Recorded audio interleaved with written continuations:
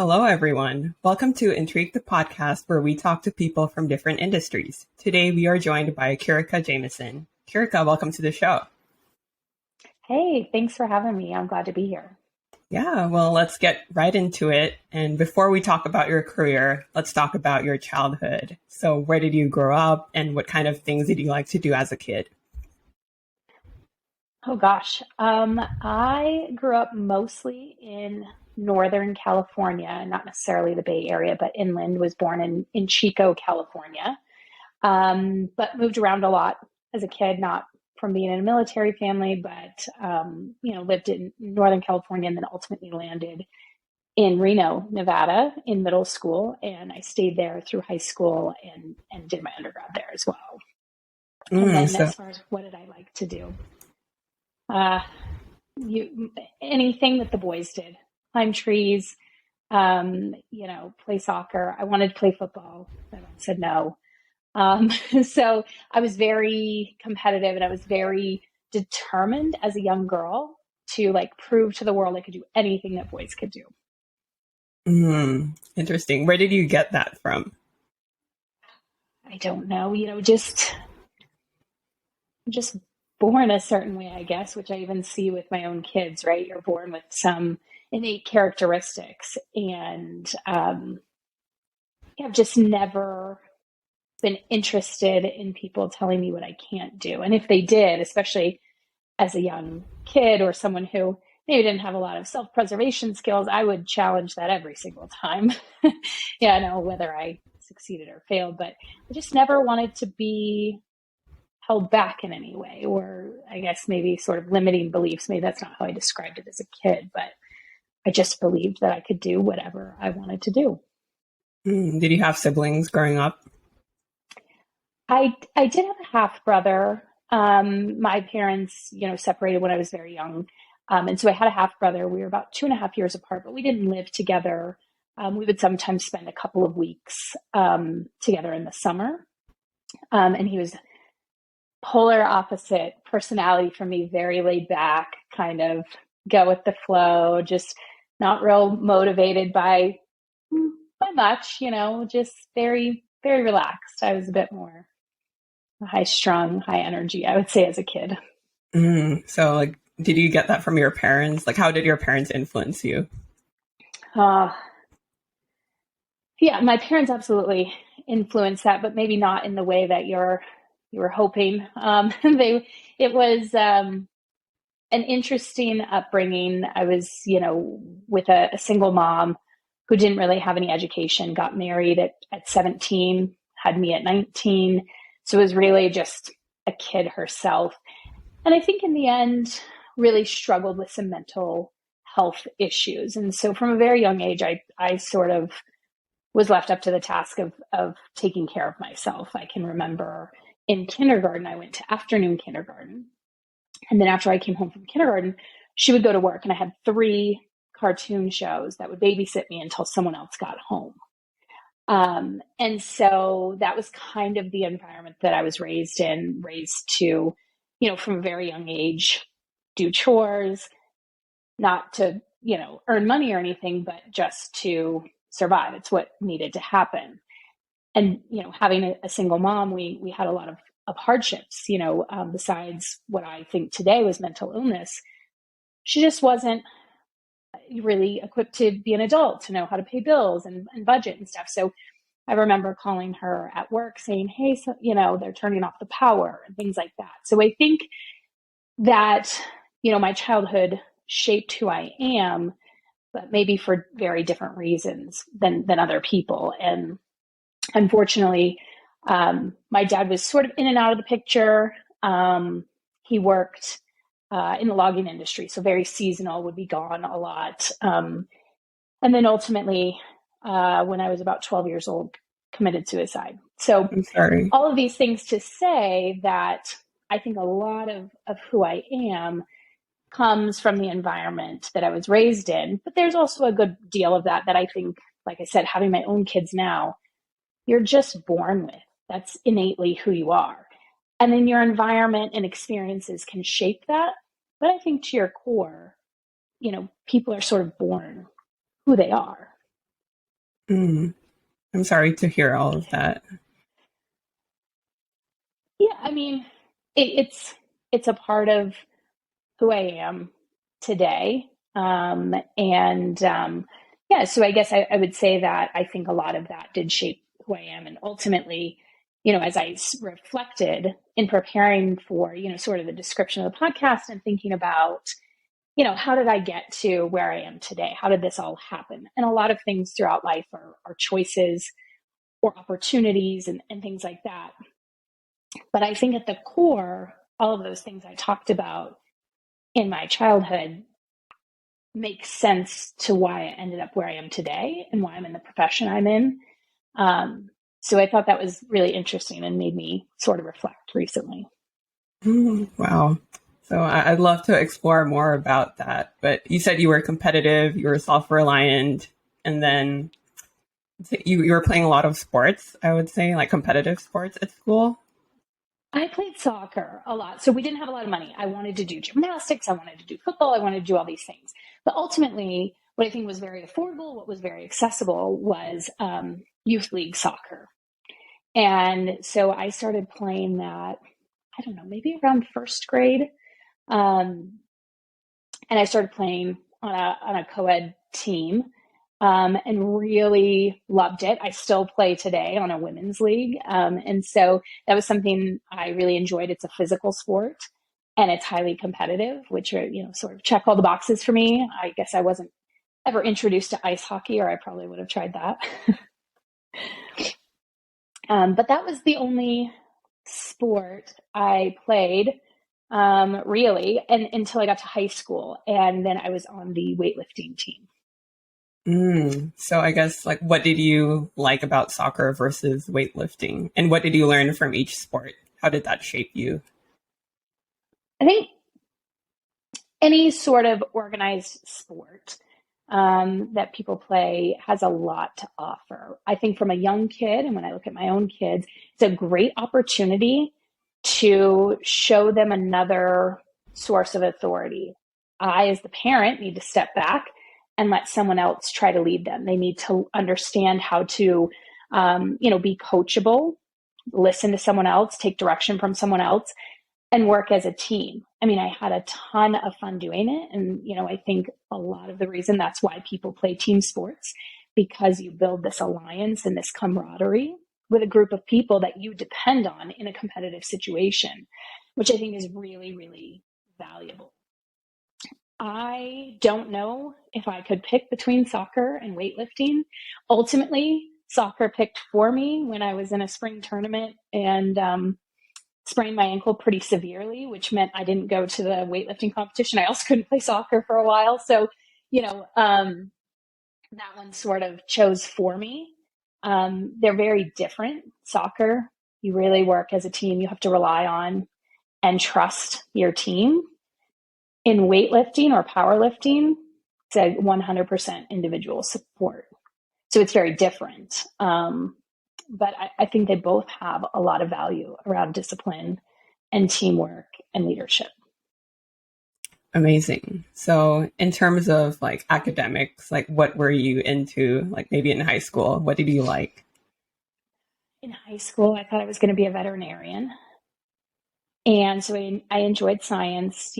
I volunteered in vet hospitals from around the time I was 12 through high school. And definitely thought that was a path that I wanted to go down. That did not pan out. But I always liked science and math. I had the hardest time with English. I just thought it was so boring. These sort of forced read, like this is what you should read. And for a long time as a young adult, I didn't read for pleasure because I associate it with being forced to do something I didn't want to do. Mm. And the same thing with like writing essays and stuff, where it was like they were assigning word counts or page counts. And my sarcastic argument always was, if I can convey my thoughts in less than that, what's the problem? I never subscribed to the creative writing or that it was necessary. And so that was the subject I probably had the hardest time with, but like science and math, things like that came pretty easily. And I seemed to enjoy when I was in high school. So you said you didn't like writing, but did you like talking? I think that's evident from this interaction. I have never been accused of not having enough to say. Let's put it that way. I've always been very vocal. And I think that kind of goes back to what we were talking about being a kid is like, I've never been someone who's going to just kind of sit by and let things happen or let, something that's wrong happen. I'm going to be that person who speaks up and says, hey, hold on, like, shouldn't we be doing something about this? Or raising my hand because I have an opinion that I'm very interested in sharing. Wow. So that's never been a problem. Cool. So come high school and you had to think about your future. So what was your thought process regarding maybe college and what's next? Yeah. I wish that was a really super clean story. Yeah, and unfortunately, it wasn't. I went to traditional high school my freshman and sophomore year, and then my junior year, growing up in Reno, there's a community college there, Truckee Meadows Community College, that had a high school inside of it. So you could go, if you got accepted to the program, you could go to high school, but you could take college classes and get dual credit. So you'd be earning credit toward your high school graduation as well as community college credits. And so I transitioned there my junior year. And ultimately, sort of coming back to some of these personal issues that I had going on at home, I essentially left school after my junior year with enough college credit or high school credit to graduate and some college credits. However, due to dealing with through the court system an emancipation procedure from my mom and working and all of these other things, I was informed by my guidance counselor that I was short like 3 elective credits or something to graduate. And I said, well, forget it. And so I just got a GED and I thought I was going to go to University of Nevada, Las Vegas. And so I moved down there and got admitted and ended up going one semester. And at this time, I'm only, 17 years old.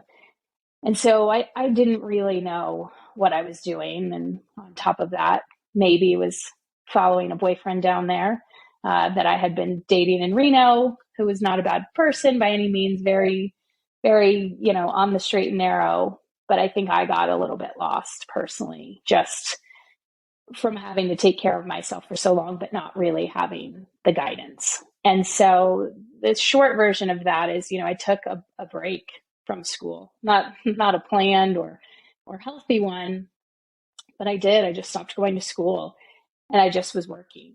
And eventually came back to Reno. And the reason I stayed Reno and Las Vegas is because I had what was called a Millennium Scholarship. So in the late 90s, I believe it was, the tobacco companies settled with all the states. They settlements for, advertising to you, things like that. There was a big tobacco settlement. Each state did something different with the settlement. And what Nevada did was if you were a Nevada high school student and you maintained, at my time, I was supposed to graduate in 2003. If you maintained, I think it was like a 3.5 cumulative GPA over your high school career, you could get a free scholarship as long as you stay in Nevada.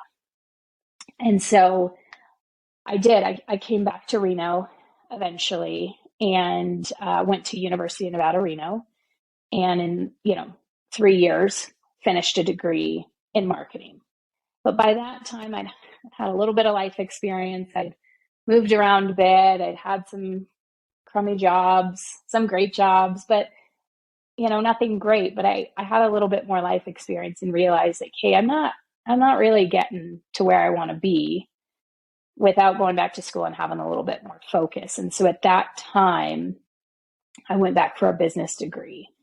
And I oscillated between finance and marketing, but ultimately went back and got a marketing degree at University of Nevada, Reno. So wasn't super straightforward answer. I wasn't, just from high school into college, super straight path. But ultimately, it was the path that worked out for me. That's amazing. Well, thank you for sharing. I think everyone has like their own path, and this is what this podcast is for. Yeah, yeah. I think it's important that people understand just because you don't get it right the first time, or right after high school, or even right after college, doesn't mean you can never get it right. And your version of right, it's not your parents' version of right. It's not your friend's version of right.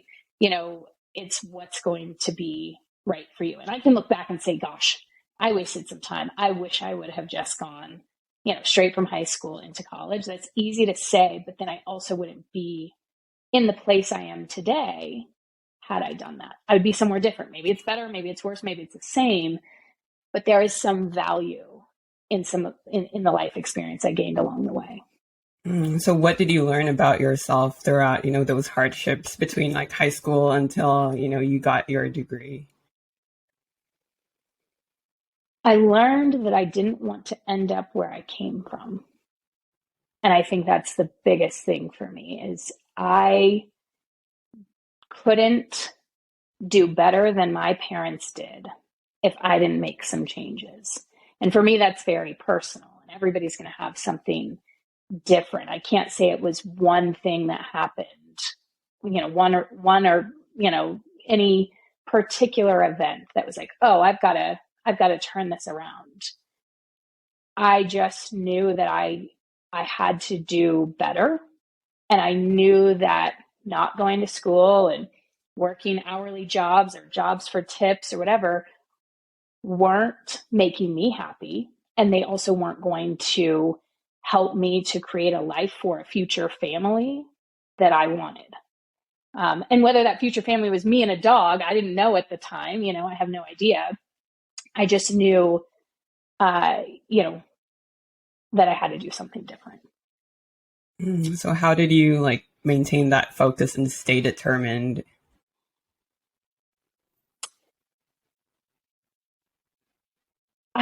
That's a really good question.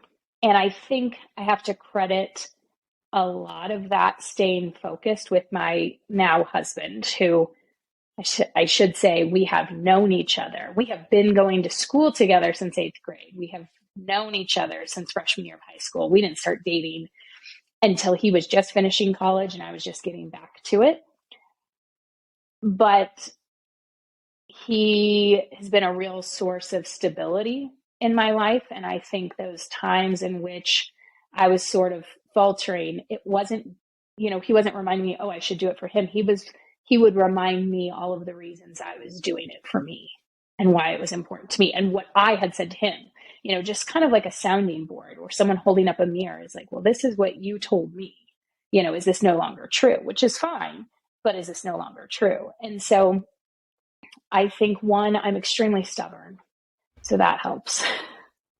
But two, I really, really had him as sort of a rock there supporting me. And, looking back in my life, there are, less than 5 people in my life that I can say would be that stable in my life, that stable and supportive. And so it was really important. And I think it got me through going back to school a few years late and getting it finished and working to be the best person I could be.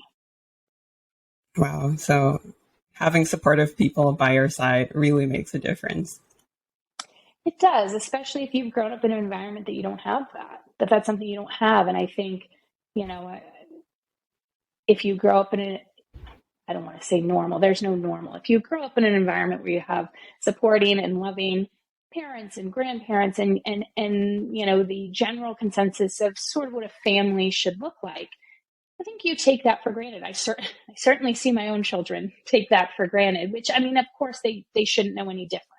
But when you haven't had that and you've been in an environment in which you feel like you are the only one who can take care of you from a very young age, having someone who has no obligation to be supportive or stand by you, but does, is like, it's huge, right? And that can come in the form of friends, that can come in the form of, extended family, whatever. It doesn't have to be someone, a significant other.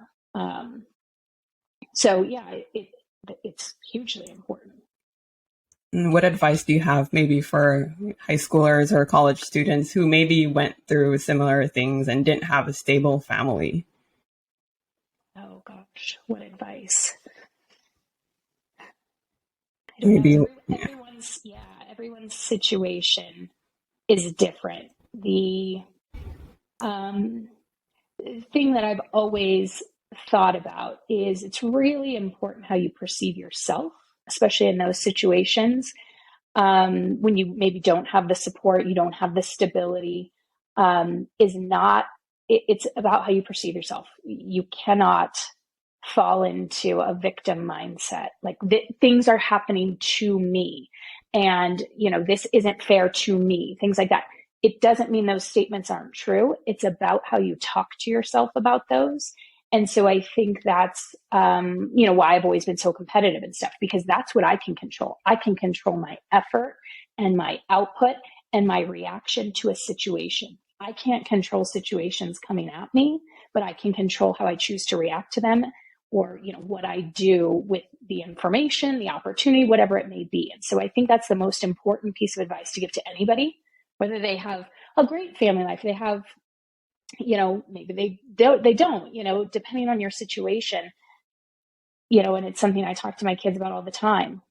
Someone that you work with or work for could be a jerk to you.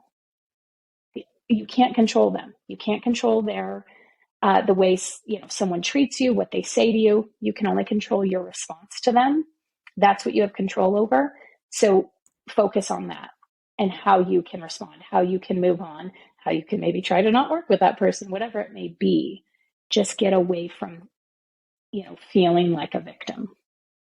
So identifying what you can control, that's like the first step. That's for sure. Absolutely. Because you can waste all your energy on all the things you can't control, but it doesn't help you progress in any way. Beautiful. So marketing, why marketing? It's a really good question. I thought about finance and then marketing. I knew I couldn't do accounting. That class just killed me. It was so boring. So marketing, I thought was, interesting, even though I didn't go into it. And now knowing people whose job is marketing, like I couldn't do that, right? They write a lot. And I'm like, well, that's out the window.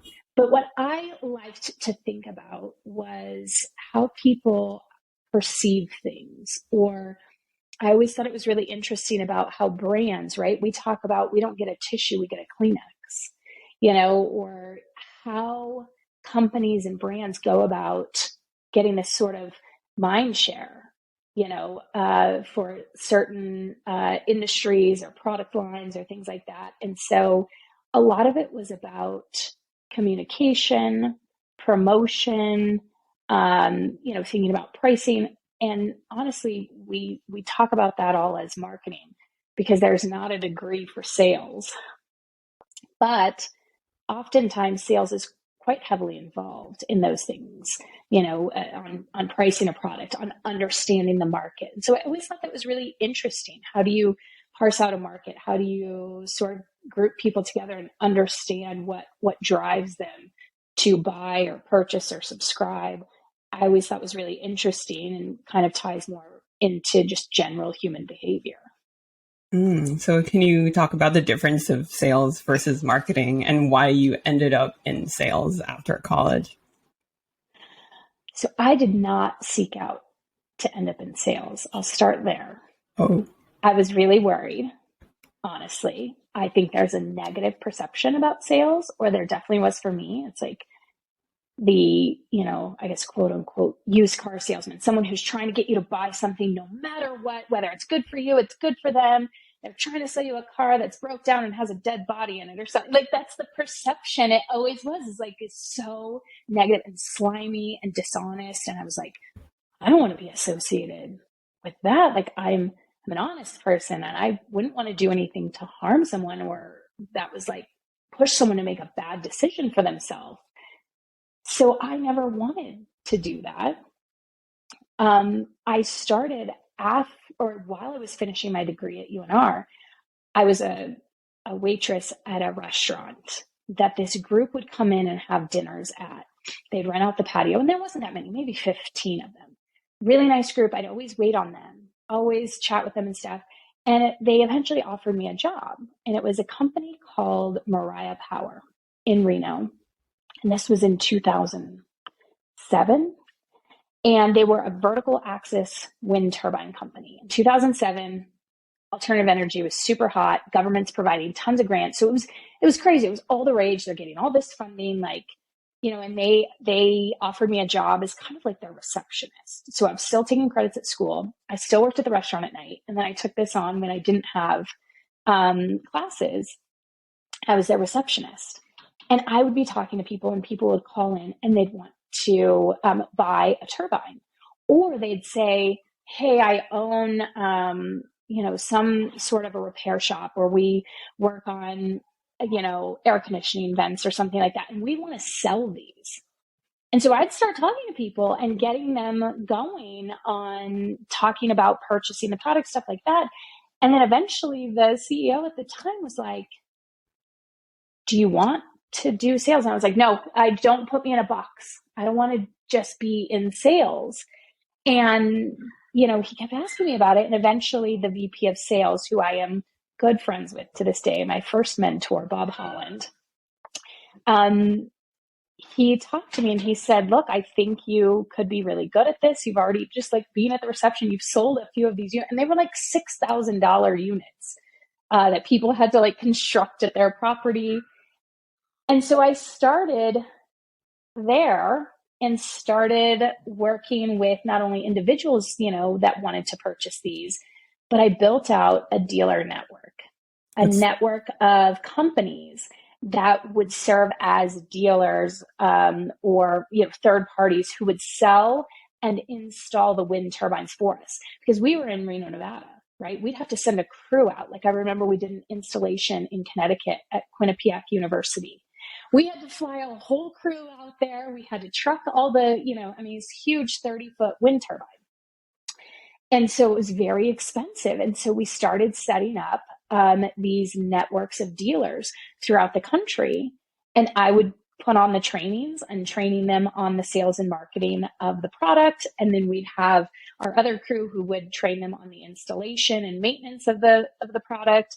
And so that's kind of where I got started. And I would say my first mentor, Bob, really was like, this is good. You can do this. And it doesn't prevent you from doing other things, because that's how I always feel. It's once I'm in sales, I'll never be able to do anything else. I won't be qualified to do anything else but sales. And I don't know that that's not true still, because I'm still in sales, but maybe that's because I like it.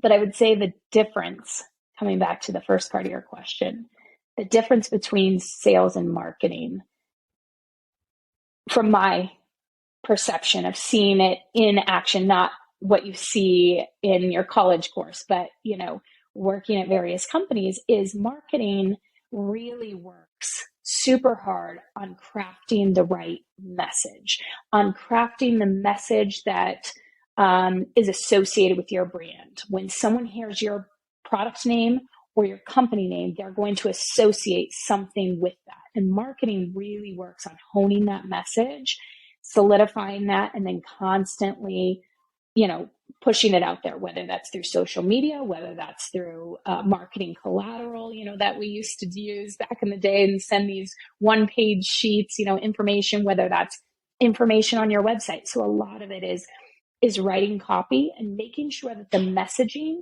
solidifies something very specific in a buyer or prospect's mind when they look at your company name or they look at your product name.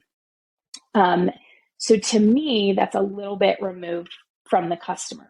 They are in charge of, trade shows, all those things that define your brand and get your brand out there into the industry. So whether that's blog posts or articles with, industry publications, things like that. whereas sales is using a lot of the material that marketing creates, all of the material that marketing creates, to help them engage with the customer and demonstrate to the customer that your product or solution can solve their problem. Mm, gotcha. So you're more like interactive, you're more like hands-on with the customer. I'm Still talking. wondering, Yep. Just yeah. constantly talking with the customer. Wow. So I'm wondering like what made you like sales? Because you said you had like a bad image, you know, Yeah. like dishonest, whatever. And then like what drew you to sales? What did you like about it? I think for me, there's a couple of components. The first one is actually developing relationships with people, right? So when I was at Mariah Power with the vertical access wind turbine, I was developing relationships with these end customers or dealers, the dealer network, because I sort of ran that. So I got to know them and I actually had a relationship with them. It wasn't centered around a transaction. You need something, I get your money, I'm gone. I really got a chance to develop relationships. And then at my, companies since then, working at Trimble Maps, I was there for 12 years.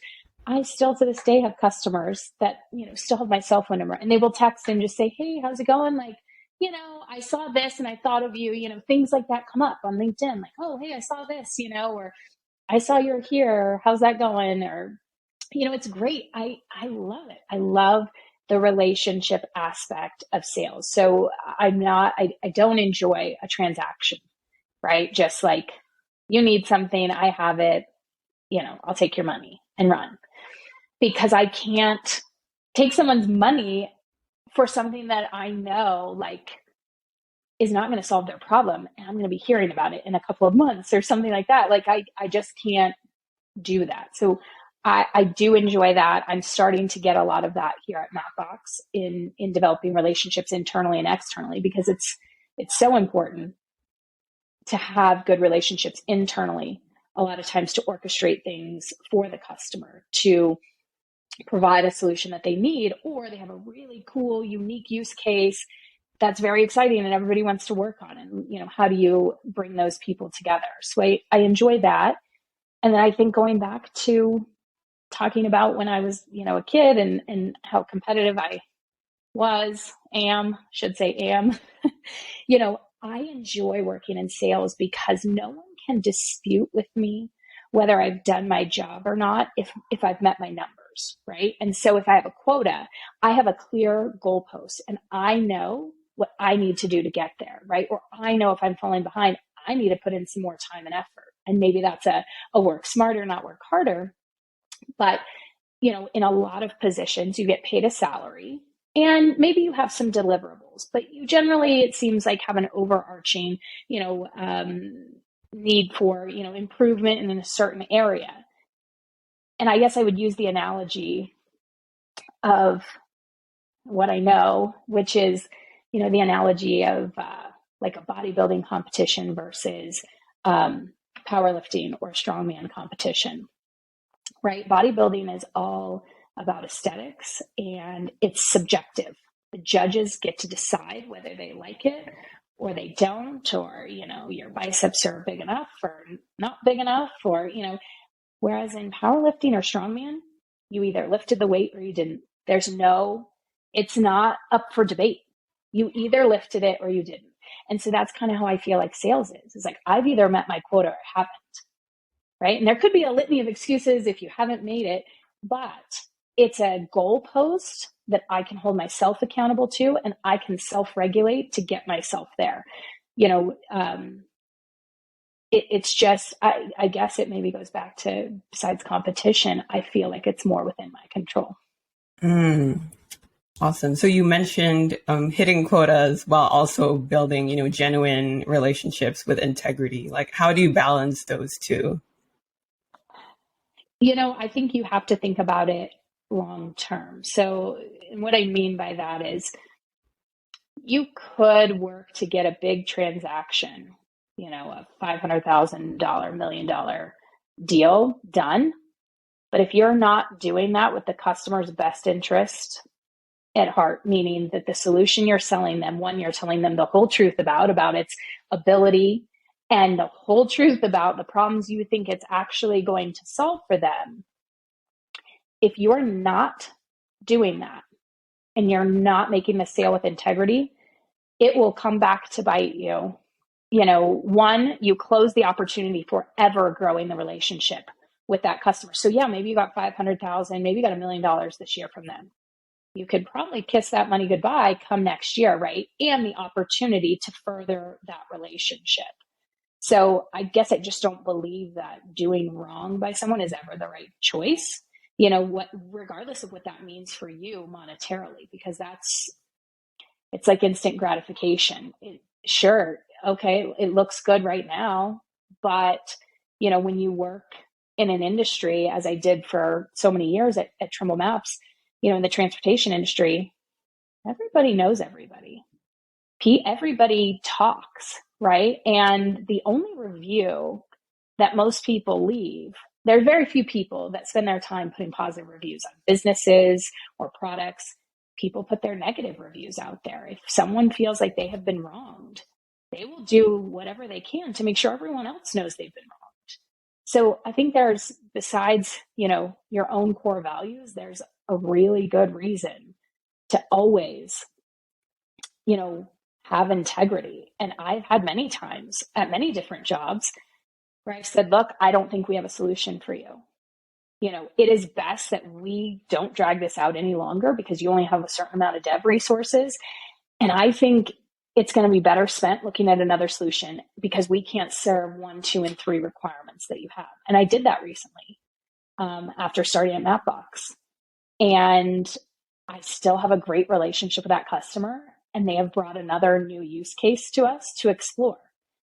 If I had continued to waste his time and let them try to kick the can down the road and spend 2, 3 more cycles trying to make something work that I knew wasn't going to work, we probably wouldn't be talking again about a new use case, right? Because they have a bad experience. So it's never wrong to do right by somebody. And just because it doesn't look like it's going to benefit you right now, or maybe you're not going to hit your quota, it's going to be the right decision in the long term, not only for relationships, but for also deepening those business relationships with people, which ultimately equals more revenue. So number 1, always have the best interests of the customer at heart. And number 2, think of the long term. Yeah. Well, think about yourself as a person and as a customer of anything. What would you want? Just silly, right? Like my grandma says, like the golden rule, just treat people with how you would want to be treated. I mean, it's not that hard. Mm-hmm. And money is just money. That's it. It's not as satisfying, I think, as people want it to be when you talk about sales and making commissions. If you do it in a dishonest way, it's not satisfying. Mm-hmm. It'll come back to bite you, as you said. For sure. Awesome. So you talked about relationship building. Like, can you give advice for people, not just in sales, like really anyone, like how they can build more fulfilling relationships? I think it's listening, right? People want to be heard at a very basic human level. People just want to be heard.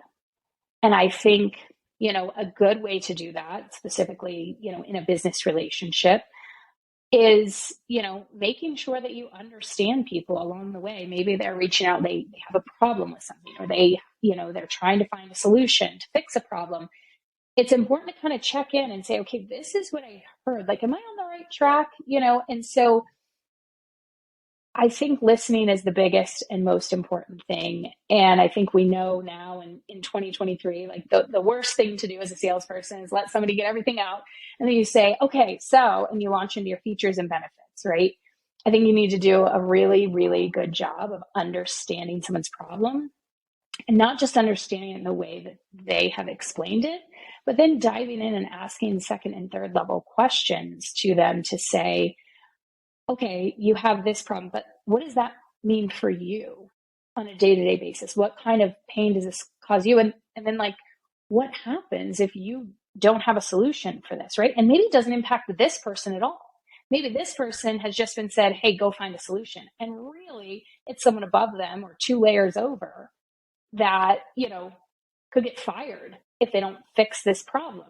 So digging in and figuring out why someone feels like this is a problem and what it means to their business, and just listening and being curious about them and their business helps to build relationships.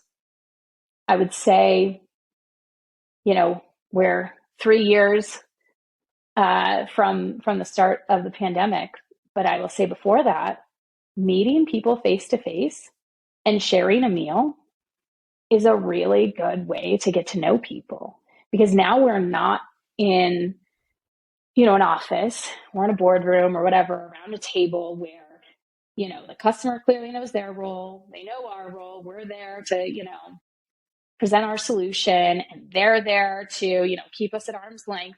But when you go and you share a meal with someone, whether it's business or otherwise, there's like a common ground there of eating together or just getting out of an office and having a drink or a cup of coffee or something. It's really disarming to people.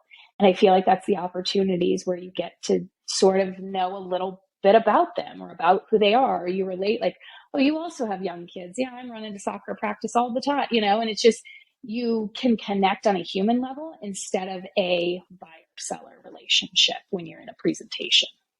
Mm, awesome. So let's talk about your career evolution. So after your first job, like you said, you went to Trimble Maps. Like, how did that happen?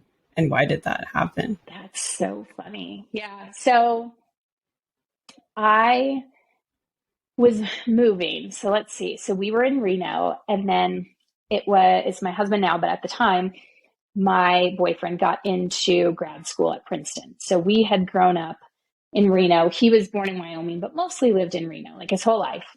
And he had a job in South San Francisco for a couple of years after college. And then he decided to go to grad school, and we thought, well, let's go have an adventure. He got into a bunch of different places, and we decided oh, I didn't even know Princeton was in New Jersey. I mean, growing up in Reno, you have no idea. You're like, I know that's not a school. I don't know where it is. So we moved, and I was still with Mariah Power. However, things financially were taking a real downturn. There were pay cuts. The CEO was removed. The founder of the company was removed. It was a lot of shakeup. And there was a new CEO that they had brought in. And he did not want me working remotely. And this was like a month or so after we had moved.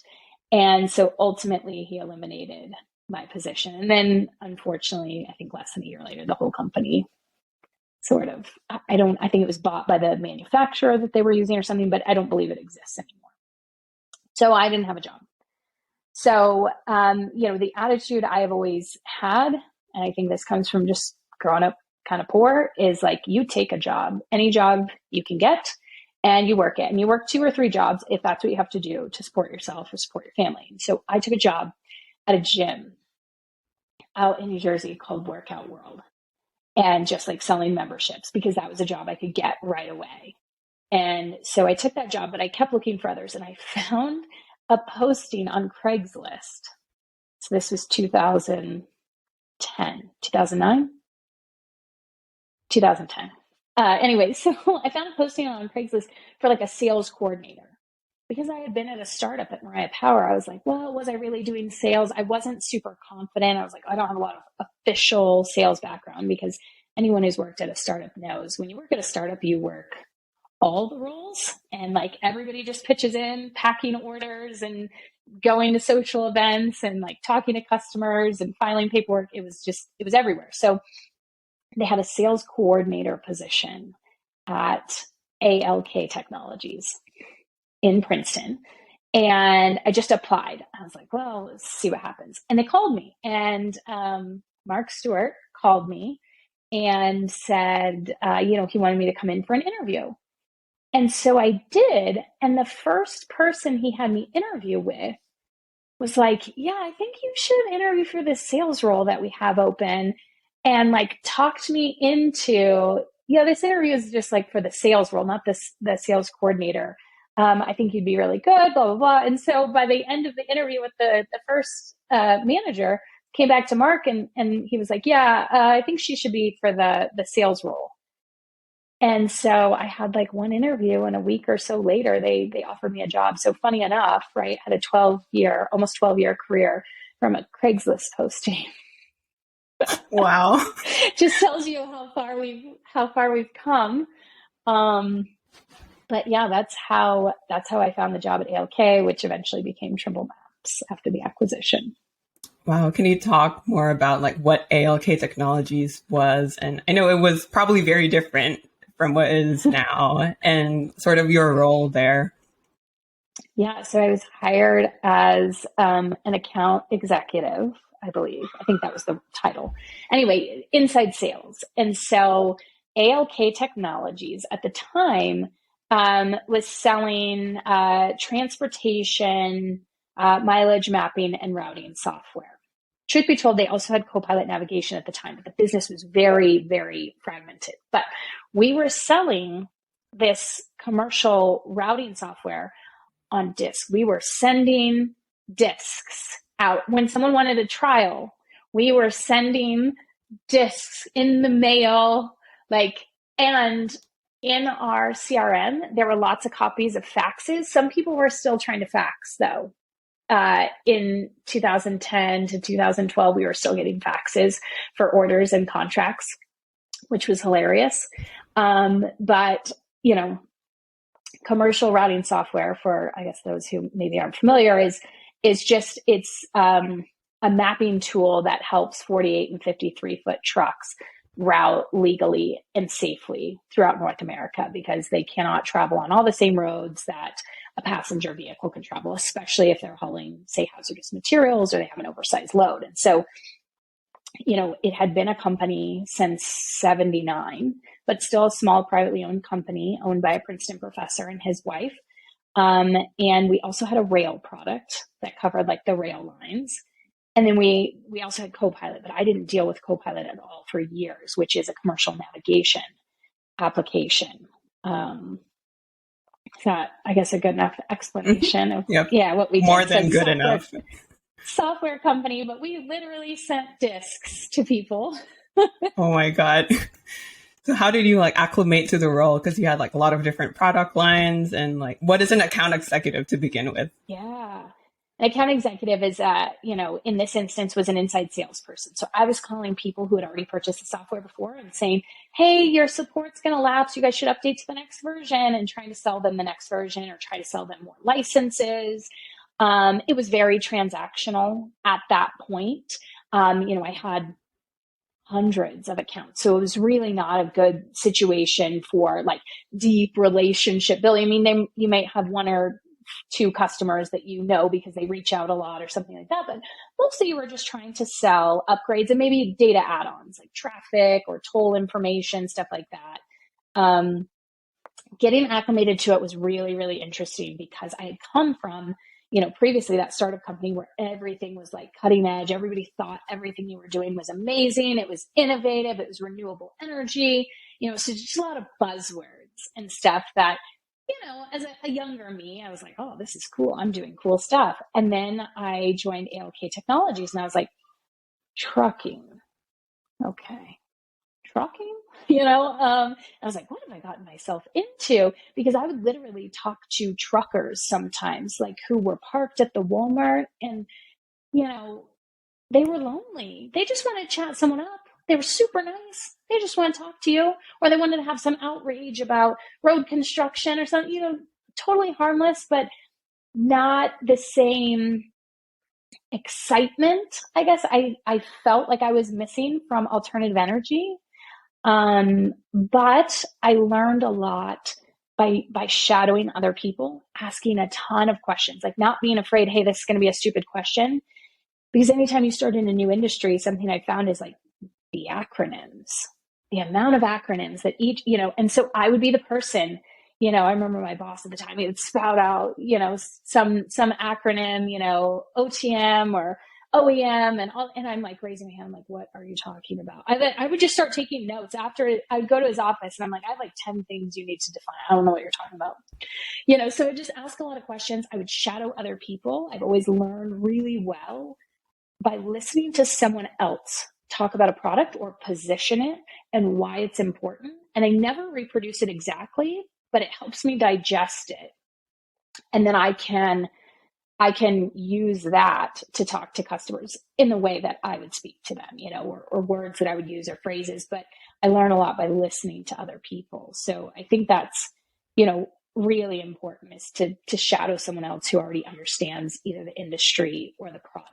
Because, if you listen to them talk to a customer or try to, solve a problem, or, just any of those interactions, afterwards, you can always debrief and say, you went about it this way, like why? Or why didn't we say this? Or should we highlight that? It helps prompt a lot of questions.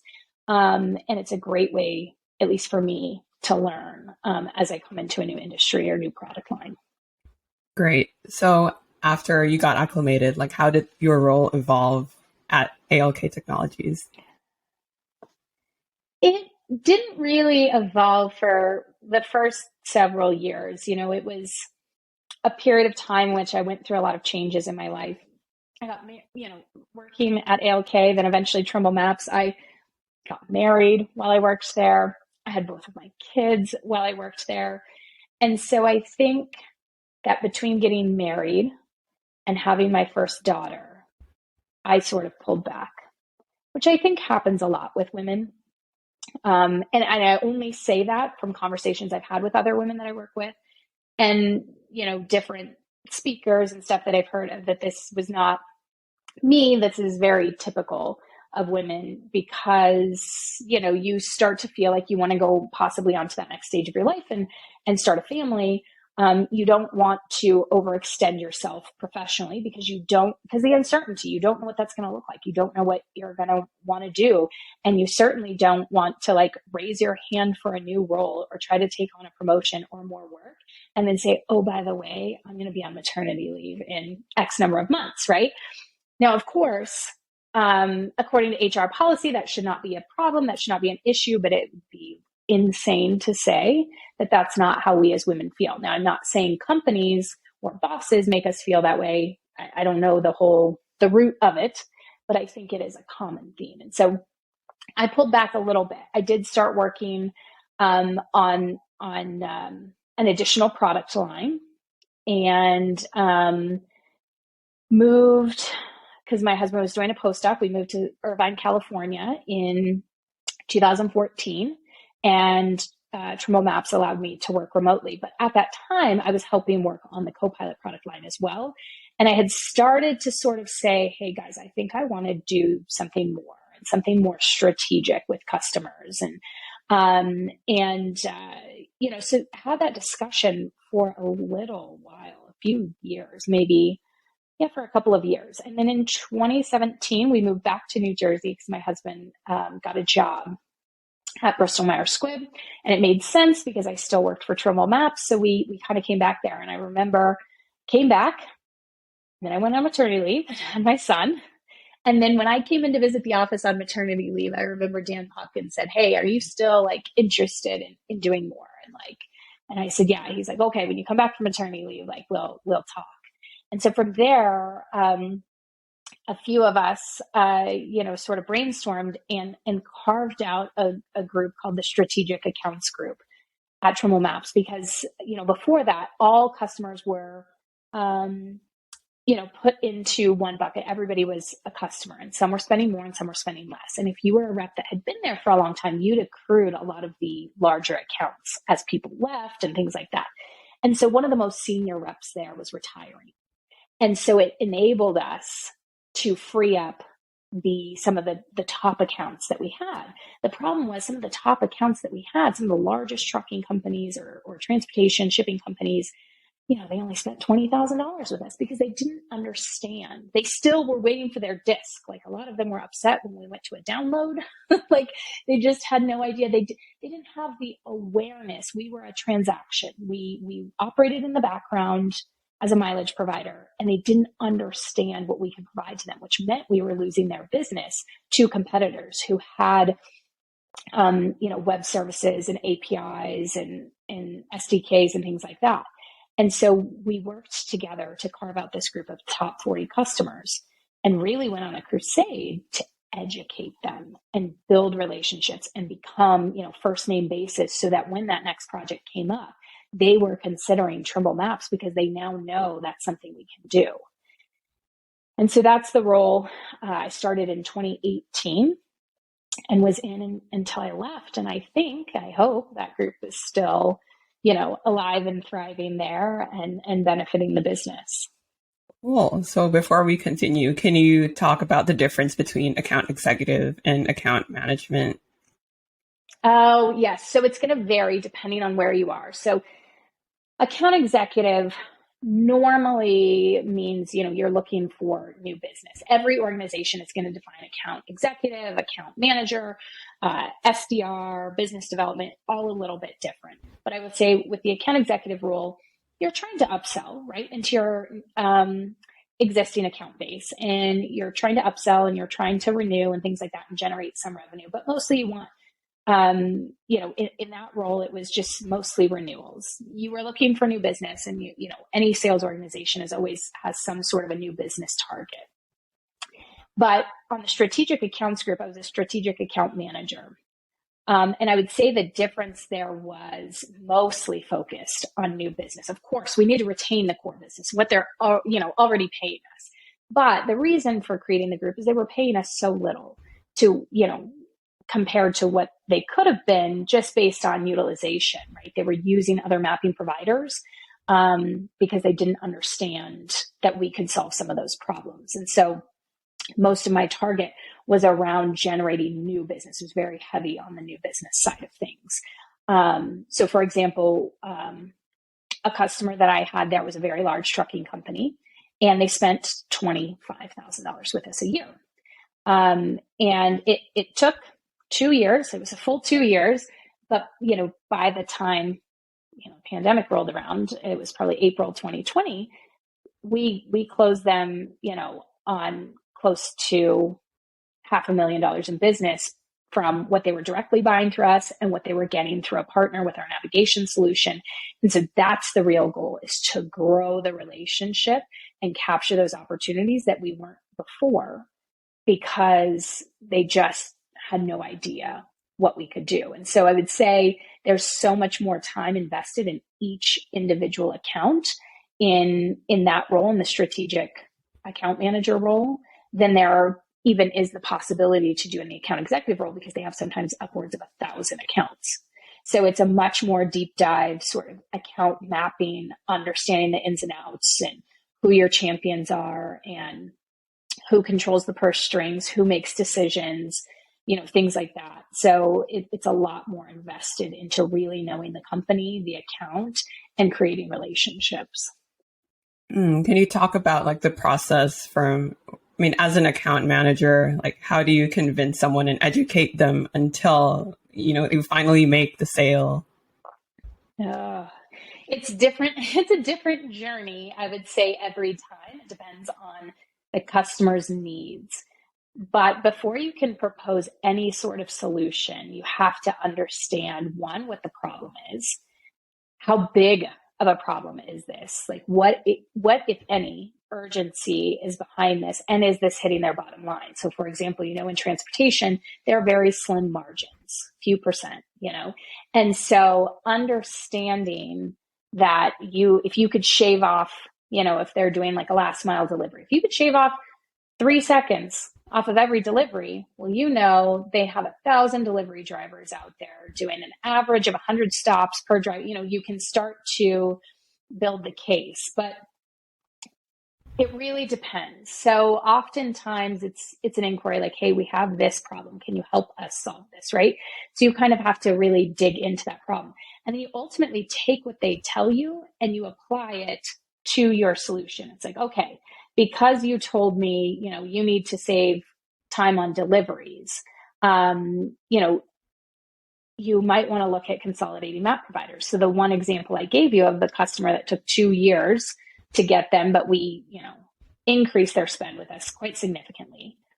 One thing I did was I flew out and I met with each of the different departments that touched mapping and walked through how do they use it?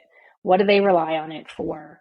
Where does it fit in their workflow? What other third-party systems are connected? So really try to figure out how does the interaction work across the organization? Because oftentimes they're siloed and they don't know. Billing doesn't know what dispatch is doing, and dispatch, is using a different system than the safety group. And, so trying to paint the picture for them and do some investigation and say, hey, here's what I found. And so my presentation back to them at one point was, you guys are using 5 different map data sources, which is why you can't create, management reports or operational efficiency reports, which were things that they told me. Different departments said, hey, we have a really hard time being able to surface reports that actually really even mean anything because we're using all this different data and it's not an apples to apples comparison. So, you only really propose a solution once you fully understand the problem and you think you have something that can help them. From there, depending on the type of product, there's usually going to be a trial period, right? In which they have to play around with the APIs. They have to try to integrate it into their system, or they have to do a test against what they're already using, especially if it's data, right? How good is this data compared to what we're already using? Is this truly going to solve our problem? Because me just telling you it will doesn't really mean much. And so there's usually going to be a trial or a pilot period. But during that, before you start the pilot, it's important to set some benchmarks. What are some criteria for success before we turn on this access to our data or to the product, whatever it may be? There has to be a well-defined agreement between the buyer and the seller about, okay, it's either going to be for this certain amount of time, and what we're checking is percent of accuracy or amount of miles saved or whatever that benchmark is. It needs to be agreed upon, because something I've learned the hard way many times in the past is if you don't clearly define that criteria, that pilot can go on forever. Or every time it's getting ready to expire, they say, oh, well, we just need a little time. We just got a little distracted, and that will drag a deal out forever. I mean, that happened with the example that I gave. I would have loved to have that wrapped up in 12 months, but it took more like 24. Now, there were a lot of moving pieces to it, but one thing that I could have controlled better was the pilot. And so it's important to define the criteria and ahead of time, define the next steps after that pilot. Okay, if we meet XYZ criteria at the end of the pilot term, we would, move forward with the, maybe you're providing pricing ahead of time, or we would move forward with pricing and negotiation after that. It's clear it's a good idea to set up clear expectations between yourself and the buyer, that, hey, after you do this pilot and we've checked all the boxes, we anticipate to move on to a negotiation phase. Instead of hemming and hawing, there's a lot of ways in which deals can get away from you and they can go on forever, or people can just come around and kick the tires forever. So depending on the organization, a legal or contract review can sometimes take a month. So depending on the size of the deal and the size and complexity of the implementation, sometimes a deal can be done in a month, and other times it's going to take 2 years. So it really depends on the product that you're selling and the customer that you're working with. Cool. So can you talk more about the negotiations process and how you go about that? I think you start the negotiations in the very beginning, whether the customer sees it that way or not. As a salesperson, it's your job to tie value to your product or solution. And that's where it comes from, uncovering the pain.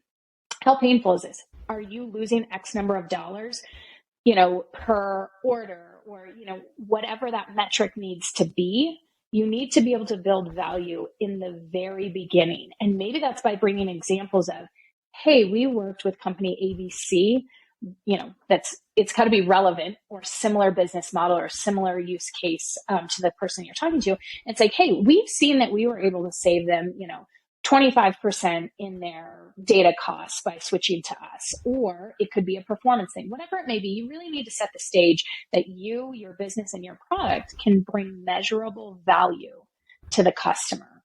And it's important to uncover what that value might be for them in the very beginning, whether their current process or product is wasting a lot of man hours. You need to understand what is a man hour to them. How valuable is that? Is that $100 an hour? Is that $20 an hour? Get them to quantify it for you. Because at the end of the day, you want to be having a negotiation about value and tying it back to money, time, or resources that you're going to be able to save them with your solution.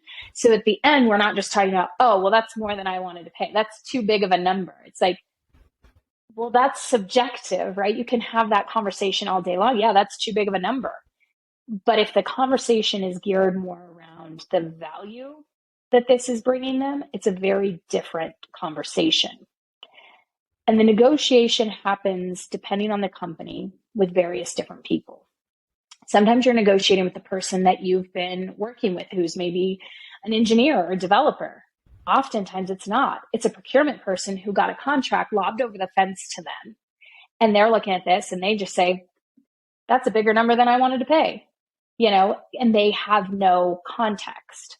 And so it's really important in the beginning to understand what their buying process is and who's going to be involved, because that gives you, as the seller or the account manager, the opportunity to establish a connection with that person that you're going to ultimately have the final negotiation with. Because if your whole job is to, control costs and review contracts and stuff from a procurement perspective, and your job is to get a discount, right? The way you're evaluated is how much money you are able to save the company. They have a vested interest in saying, no, that's too high. But if you can start to have the conversation with them early on and prepare for the eventual negotiation, it's a much easier conversation because you've brought them along just as you've brought along the original buyer, the engineer, the developer, whoever that may be, or operations person. You've brought them along with you on the journey. And so now when you come to negotiation and they see the contract and the number, that's not the first conversation you've had with them. And so they understand that value a little bit better. That's also a trap I've gotten caught in, which is, just arguing with a procurement person over what's the real value of this product. So you mentioned there's a lot of different, characters or people within the buying entity. I guess, how do you communicate with each person in the most efficient way? I find just sort of being direct and saying, hey, the last time you purchased a solution like this, what did it look like? What does your buying process look like? For example, I had a customer the other day who had asked, we'd been in discussions, and he asked me to send over a quote and an order form. And I said, great, I'm happy to do that. Can you tell me a little bit about your buying process? So once I send this to you, what happens? How does this work? And he's like, oh, okay, I'm in IT, and this is going to go through our engineers to look at it, and then it's going to go to finance. And, he just walked me through who's going to be looking at it, how many days it's going to take, so that's sort of the first step. This one's pretty straightforward, but in a more complex deal, sometimes, what I would say is if they talk about, oh, well, then I'll send you over to procurement and this and that, and say, I found it's been really helpful to bring procurement in a little bit sooner. And what you have to think about is, what is everyone's vested interest in this process, right? We already talked about procurement. They're evaluated based on if they were able to, save some money on some contracts or get favorable terms for the company. That's how they're evaluated, just like I'm evaluated on how much did I sell. And then the engineer or the developer I'm talking to, he's going to be evaluated on, did I deliver this solution on time? I'm trying to build this solution. This is a piece of it, and I need to deliver it on time.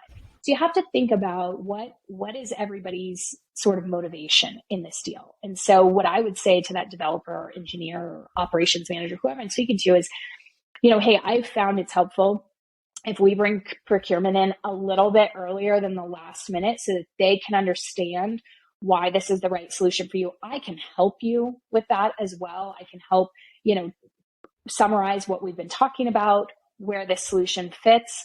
And we can start having that discussion early so that when they get the contract, it's not an automatic put on the brakes. So it's good for both. It's good for procurement. They're not caught off guard. And it's good for the person who's trying to deliver the solution on time, that we're not going to hold things up. And so a lot of times you just have to ask the direct question, what does this buying process look like? Have you had, a solution that you wanted recently that was rejected? Like, why was it rejected? Is there something we can do to overcome that? And just trying to look out for everybody. I mean, that meets everyone's needs. Everyone wins in that scenario, is we start that discussion early and we all have a good sort of runway on what the next steps look like. Cool. And I think like in sales, sometimes you can have like aggressive customers or like misunderstandings and things like that. So how do you deal with that? Yeah. I try to stick to the facts. When people start getting Emotional, frustrated, emotional, aggressive, I've been sworn at, I've been hung up on, I don't take it personally. One, which is hard to keep in mind at the moment, sometimes people are just having a bad day. Sometimes just this is the last thing, you are the straw on the camel's back, and they just can't take it. I try to stick to the facts, keep emotion out of it. It's tough. And there are some people that you work with or deal with who are difficult because they feel like that's going to get them what they want. And sometimes, my husband uses the analogy of like buying a car, right? Everyone's favorite activity, trying to go and buy a car, right? And he's very observant. He's a scientist, and so we went to purchase a car, I don't know, in 2018 or so. And it was a car I wanted, so I was kind of leading the negotiations. And he was like, he's like, I watch other people and stuff, and you try to like be rude to them or whatever, and it doesn't phase them. It doesn't work. Like, you can't bully them into giving you a better deal. They will try to bully you into like saying you can't leave and stuff like that. And it's like a really weird, and I would say stereotypical sales tactic.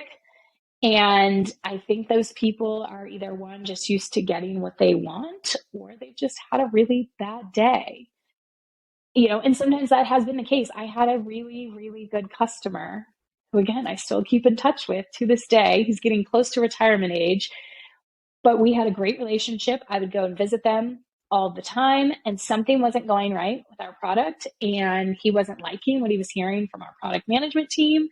And I think he'd had a really bad day, and he was like, this is unacceptable. And he hung up on us, hung up on a room full of people. He is the CEO.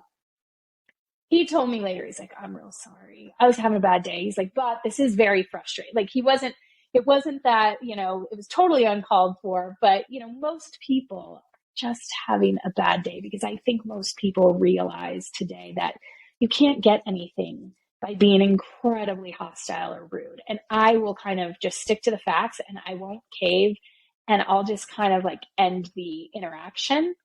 Especially if someone decides to start swearing, I'm like, well, okay, now we're done. I don't need to hear this. So I think you just need to like give people a little space, and they figure it out, or maybe they don't, and maybe you don't need their business and you don't need to deal with them. Anybody who's been worth doing business with does not treat you poorly. They will have a bad day every once in a while.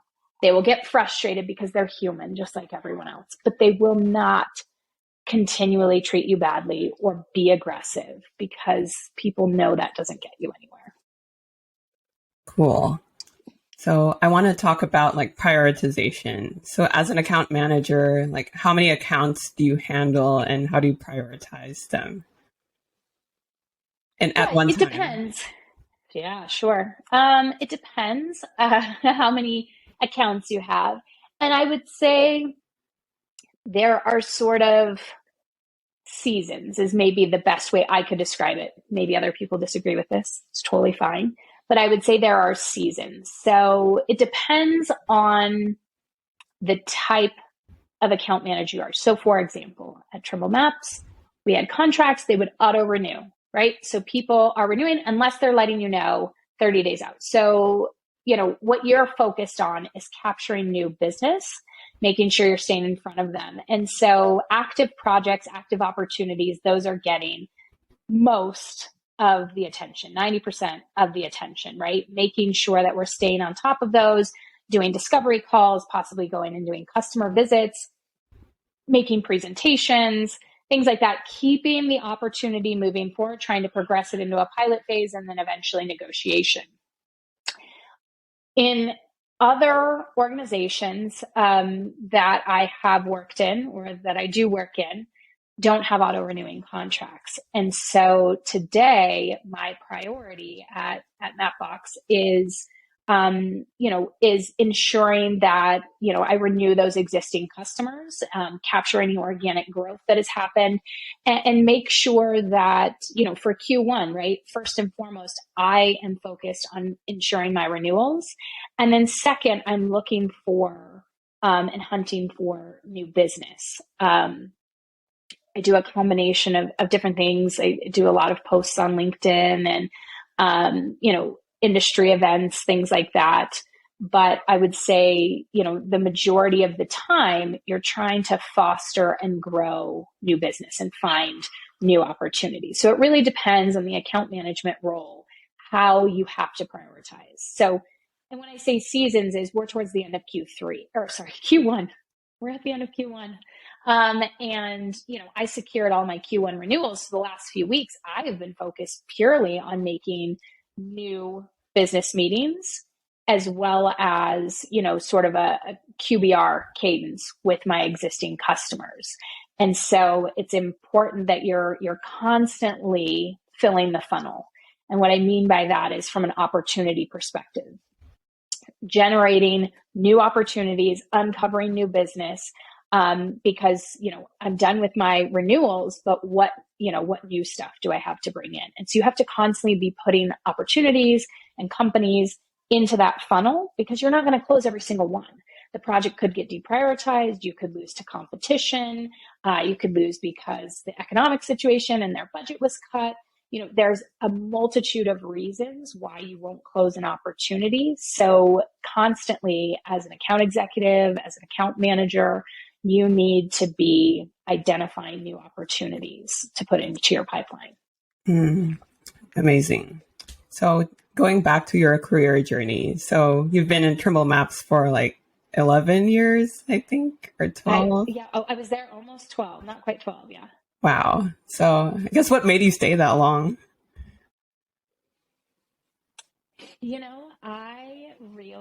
It's going to sound so corny. I had like a family there. So I talked about the life events I went through. There was a whole group of us, and many of them still work there today. So I won't call them out by name and embarrass them. But we all went through these life events together. And it was actually a core group of women. And for me, it doesn't have to be women. But I want to say 6 to 8 of us who were all getting married within the 1 to 2 year span, right? So we're all similar age. Then we all started having kids. And so we were great friends. It was like any not any private owned business, but like many private owned businesses, it was a lot like a family in that you knew everybody. We did stuff together outside the office. Like, I don't know. I really enjoyed it. And I enjoyed who I worked with. And I so enjoyed my customers. Like I said, that, I still have relationships with today, just good people. And I really came to love and appreciate the transportation industry. Just appreciate what they do for, just for everybody, for people, not just in America, right? Transportation industry is everywhere, but just what a lifeblood of our economy that the transportation industry is. And so, yeah, I think there was just a lot of reasons. I loved the people I worked with. I loved the customers. I loved the industry. It was a good place to be. Amazing. And they were very flexible with me. When I moved and wanted to work remote. It was in a time no one worked remote. Like, it was not allowed. And so they were always very flexible with me. And I was appreciative of that. Great. So after that, you moved on to a new opportunity. Can you talk more about like your rationale and your decision? Yeah. So in the summer, late summer of 2021, I moved on. I took a left-hand turn and went to Gartner, which is a research and advisory firm. So for those of you out there who maybe don't really know the difference there is, I went from selling software, so a product, a thing, a tangible thing, to selling research and insight, which to me is a bit, well, it's research and insight. It's very difficult. It's, you're not selling a product, you're selling access to information.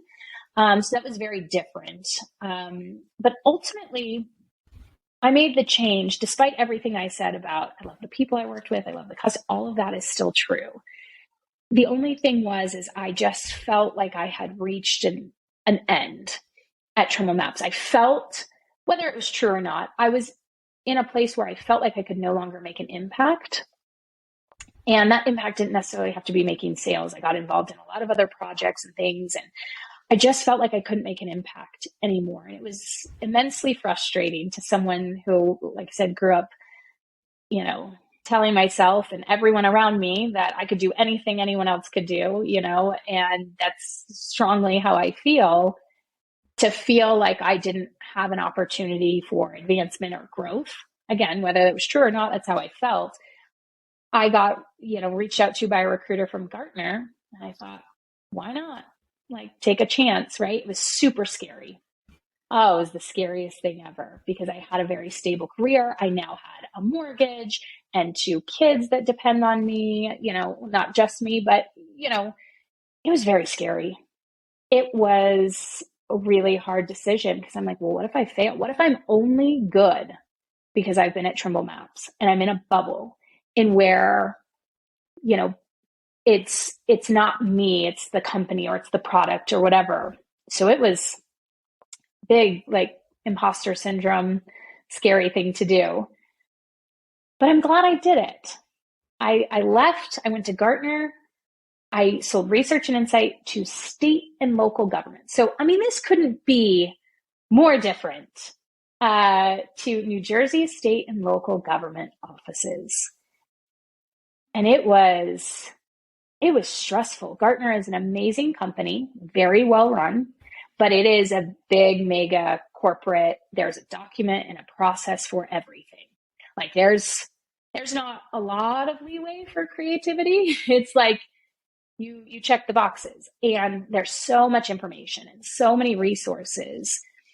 In the first month, truth be told, I started losing my hair. I was so stressed out about, not bald patches, but I was really stressed because the bar for excellence there is super high, super high. And I had a good team. I had a pretty good experience. The only problem I had was the direct manager that I had there. We just weren't very compatible. It wasn't a very good fit. But I did find success there. And I did go to their Winner Circle event, this big corporate event, for getting 130% of my quota in the first 3 months. And then by the time I left in 2022, I had reached my quota for the year by June of 2022. So, I had success. I felt really good that I was able to step out of my comfort zone and I was able to prove to myself that, I can be successful regardless of where I'm at. And so that was a good confidence boost, I think, for me. Wow. So can you talk through like how you navigated imposter syndrome, since you mentioned, imposter syndrome and like not feeling good enough? It's tough, and a lot of it was colleagues.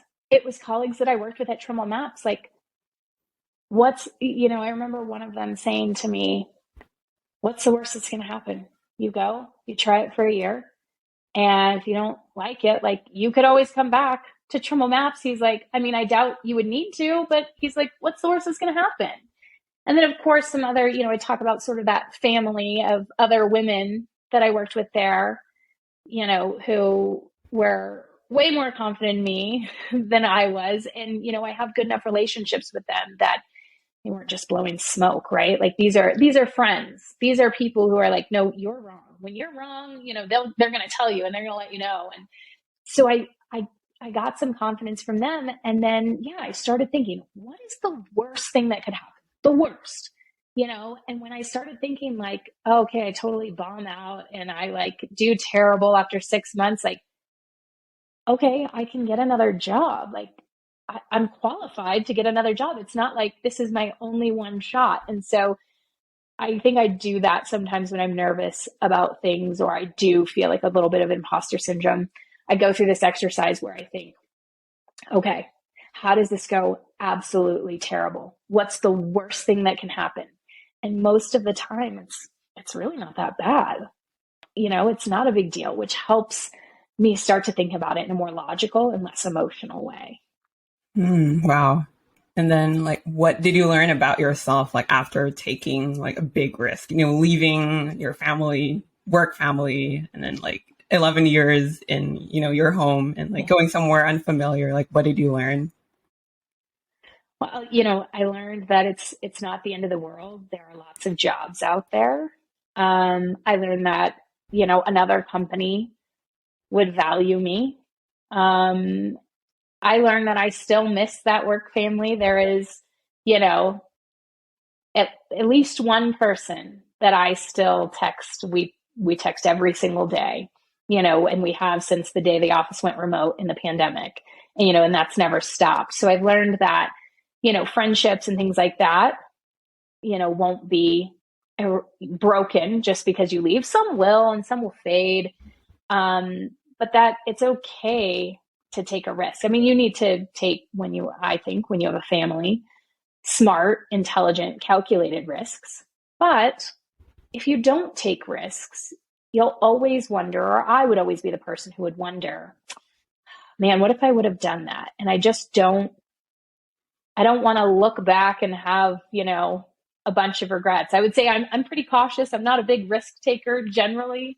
But there are some things where it's like, hey, like maybe that would have made me happier, or, I would have been better off. I would have had a better work-life balance, whatever it may be. So I think it helped me to, like I said, gain confidence and be open to opportunities when they come to you. And then after Gartner, you were seeking another opportunity. Like, can you talk more about like what got you into Mapbox? So this was another one where Mapbox came to me. I was still at Gartner. Oh, So that's what that was my segue into being open to opportunities. I was still at Gartner. I knew the direct management was just not a great fit. Like our personalities just didn't work well together. I knew it was like, oh, I should maybe think about something else because I'm just like I'm not really happy. And, but at that same time, my husband was changing jobs and, was interviewing for a role out here in Boulder, Colorado. And, he had gotten the job, or he was about to get the job. Anyway, timing was very close. And Mapbox reached out.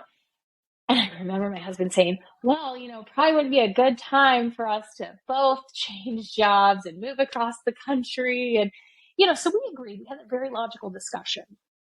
And then I just told Mapbox I'd have one conversation with them. And then after that conversation, we both agreed it would be kind of silly to not, further investigate the opportunities. So I had heard about Mapbox from my time working at Trimble Maps. We were aware of Mapbox and their existence. But I just thought, well, I'll take a look at, what they have to offer. And my first conversation, a recruiter had reached out, and my first conversation ended up being with one of the sales managers. And I just hammered on him about the product and, how they compete in the market and all these things, because I had nothing to lose. I had a job. I had nothing to lose. So we just had a conversation and I asked very direct questions and I thought he had some good answers. And then he asked me sort of what I was looking for, and coming, being at Gartner, I was keenly aware of what didn't work for me. And because I was coming from this position of, they reached out to me, I already have a job, I don't need anything. I was able to be very open and honest and direct. I mean, obviously professional and courteous and everything, but I didn't hold back. I wasn't in a position where I'm like, oh, I need them to want to hire me. And so it was great because I feel like it set up the relationship really well, coming into Mapbox. But in that conversation, it had been 11 months or something since I had worked for Trimble Maps. And in that conversation, we started talking about all kinds of stuff. And I was like, oh my gosh, I'm a map nerd. I miss maps. It shocked me. I was like, I got off the call and I was like, I can't believe like how easily I just went back into it and how much I miss that. And so that was really funny to me to sort of realize. But I thought that they had an interesting perspective. I thought that they work with a lot of really cool clients, not just, at Trimble Maps, I worked primarily with trucking companies and transportation logistics. But, at Mapbox, they work with auto manufacturers and any sort of app builders and stuff. And I thought, oh, this is pretty cool. And so I thought, well, I'll give it a shot and see. Like, I'm not happy at Gartner. I can't be any worse off there at Mapbox. So I, gave it a shot and we sold our house, emptied our house, moved across the country, got into a new house. And then a couple weeks later, I started with Mapbox. Oh, wow. So I guess how did you navigate change so well? Oh gosh, I think I grew up with a lot of change. I think change can be hard for me, but this was all change that I was driving. And so it's a little bit easier for me. So I was sort of driving that change of the move, and we were super excited to move out here and really excited about our new house and stuff. So there were a lot of moving pieces. There were a lot of bumps along the road, mostly in the move. But I think it actually worked really well. I was in a new physical space and then I started a new job. I think it was a good transition for me at that time. So, I would say it was pretty easy on the work front anyway. Gotcha. And then Mapbox, tell me more about the role and how you acclimated. Yeah, so I'm a senior account manager here at Mapbox, and I have a set of named accounts, mostly that trying to build relationships with and renewals with and find new opportunities or use cases for our products. There are just different things in the way that the business is run that's just very different from my previous experiences. So getting used to, Mapbox is a very developer-led, developer-friendly solution. And I think in comparison to some other businesses I've worked for, the sales side and the business side doesn't necessarily lead the business, which typically sales is sort of, the lifeblood of the business. That's how you generate revenue. That's how you can continue to build new products and innovate and things like that. And so I think it's a little bit different here at Mapbox.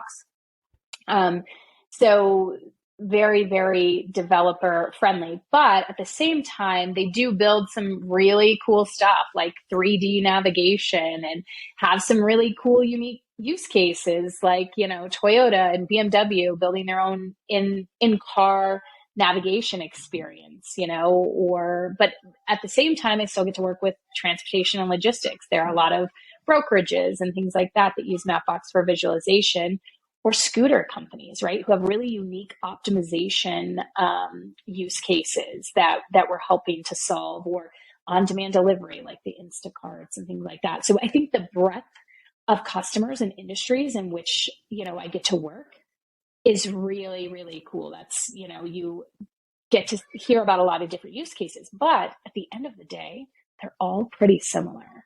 Location, solving business problems with location every once in a while you'll hear like a unique use case or a unique feature that someone wants. But generally, it's about, where is my stuff? How do I get to it? Or once I get to it, how do I, navigate and things like that. So a lot of it is around, movement and things like that. But I would say the breadth of customers that I get to work with is really interesting. Amazing. So what's next for you?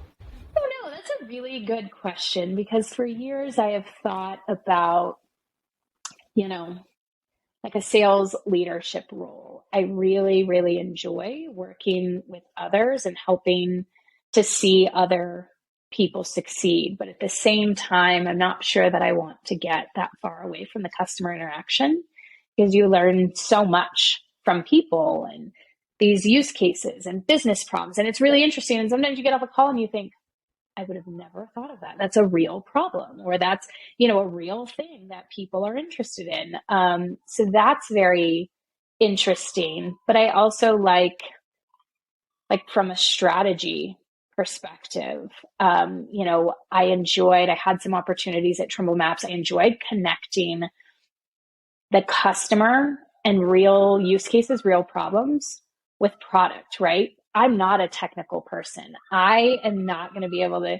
tell someone how to integrate our APIs or the SDK libraries or anything like that. But what I really love is being able to connect people to solve a problem.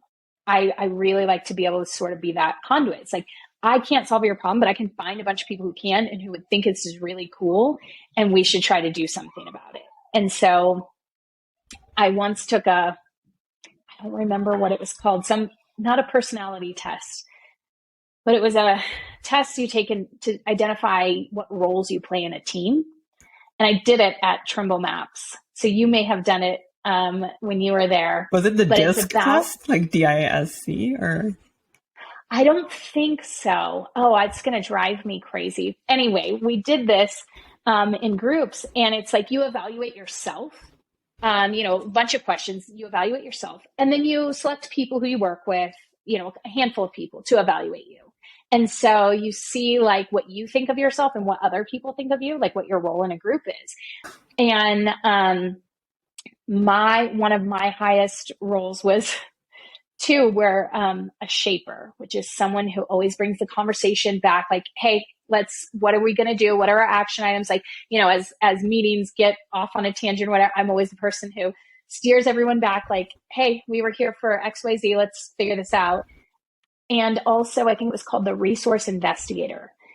Someone who would go out and had relationships with people and who could pull in the right resources to help solve a problem. They're not the person to solve the problem, but they know a lot of people. They have relationships across, different organizations.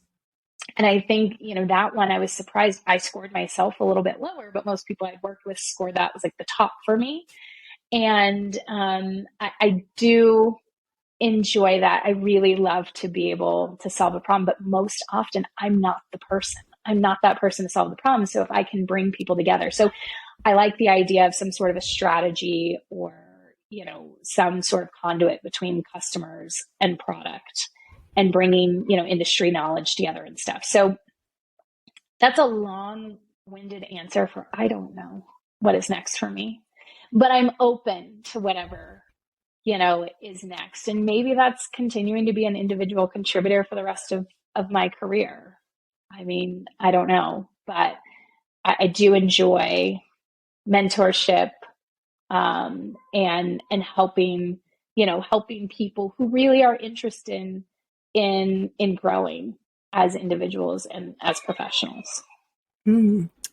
You brought up that personality test. I think it's important to get to know like your strengths and your weaknesses. And, I think you also brought up like asking for feedback from different people.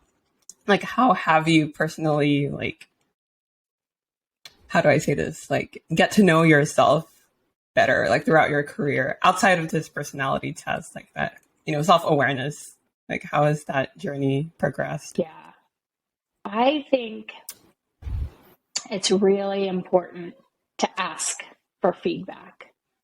I have been told on more than one occasion throughout my life I have a very strong personality. And then have been followed up with that sometimes intimidates people. And that's not ever my goal. So what I have learned to do is directly ask for the feedback.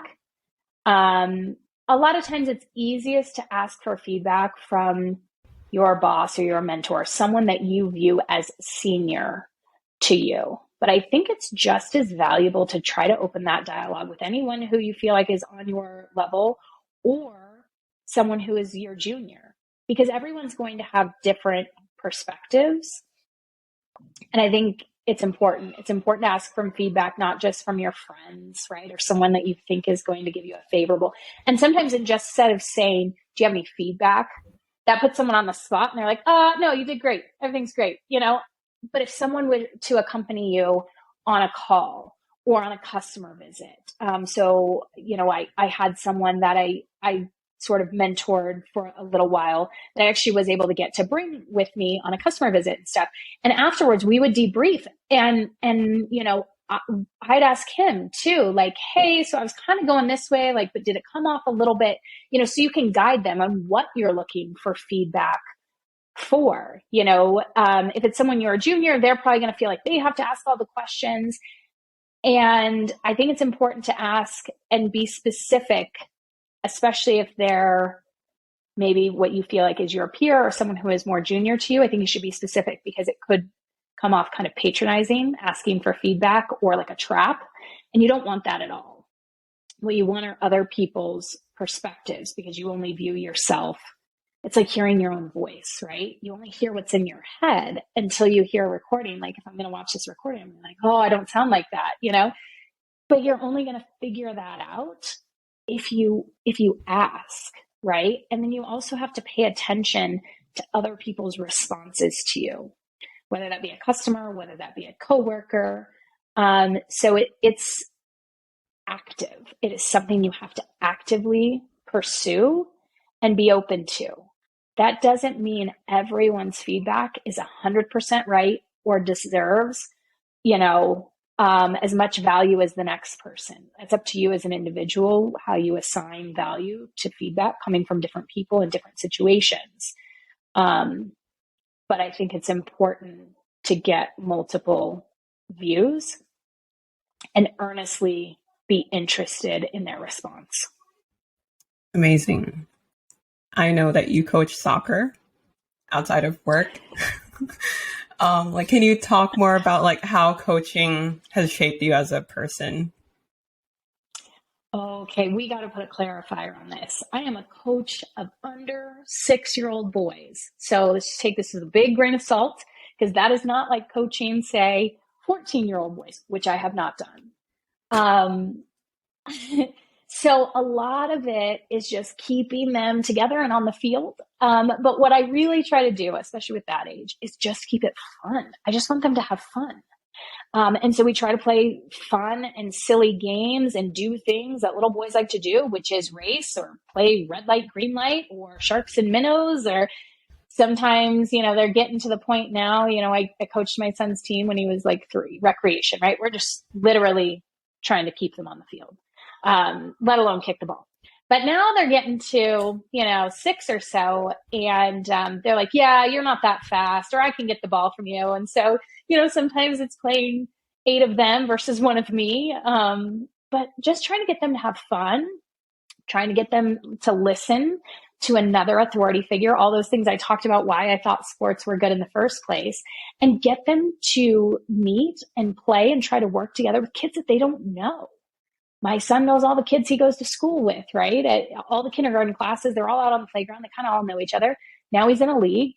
He doesn't know any of these other kids at all. He has to figure out where he fits into this group. And so do all the other kids. So I have some that are quiet, won't say a word.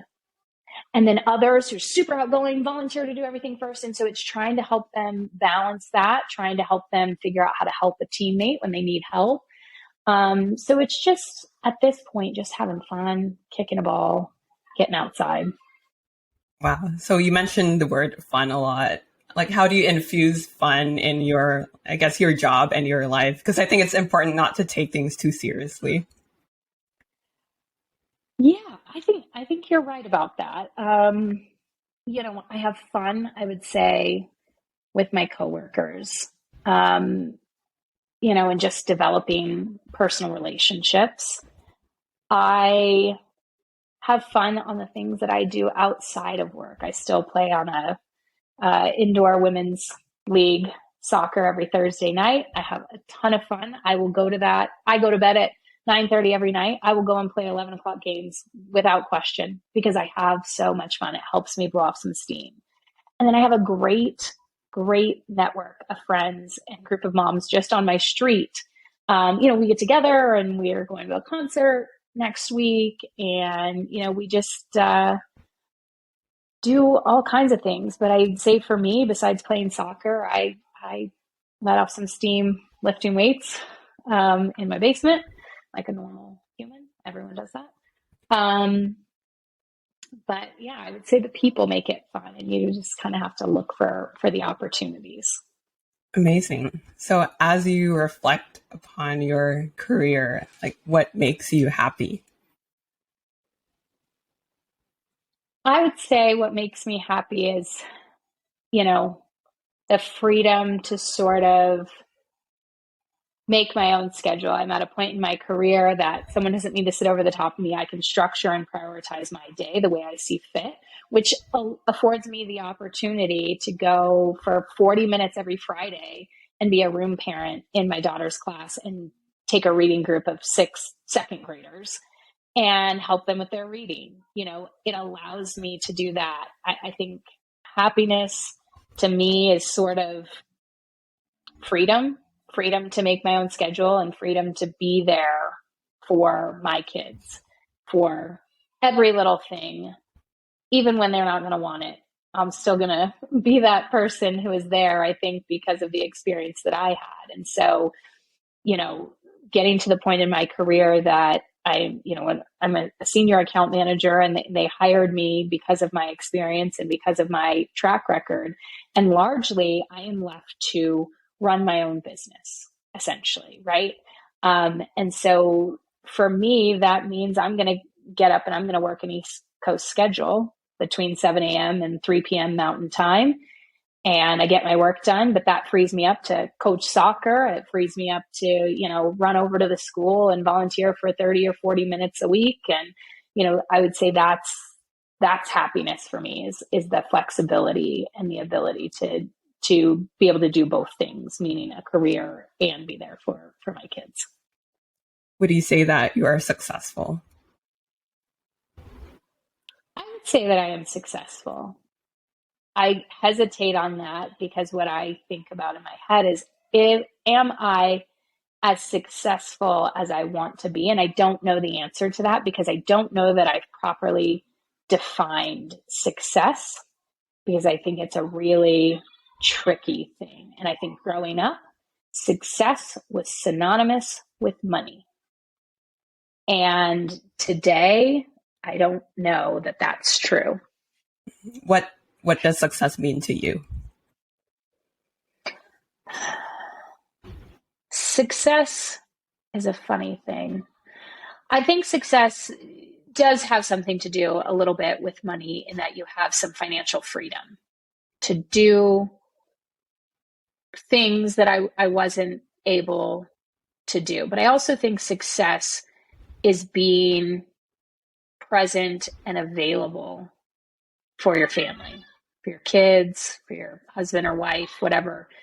Because I wouldn't consider myself successful if I had all the money in the world and no time for the people that mattered. So I think it's a delicate balance, but I think the competitive part of me continually strives for more. And I feel like I can do more. But I don't know what that balance is. I don't know what point doing more in my career will come at the cost of my family, which at that point, it's not worth it and it's no longer success.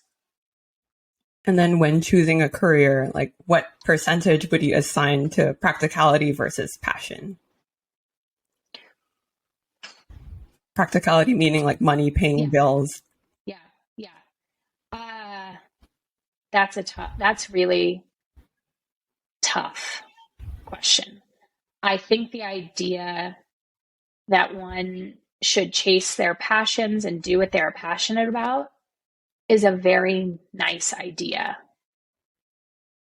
But I come from a mentality that you need to do what you need to do to survive first, because I was brought up in such a situation that was iffy, right? Like, were we going to have power? Did we have food? So I think I come at it from a very different perspective. I don't think someone should choose a job and be miserable. There are, you see stories about people of, I worked a Wall Street job and I made $300,000 a year, but I wasn't happy. It's like, well, that's a terrible idea. Nobody needs $300,000 to live, but you need to, especially if you're going to bring another life into the world, you're going to decide to have children, or you decide to adopt a dog. There are costs and responsibilities associated with that. So that's a tough one, and it's everyone's personal choice.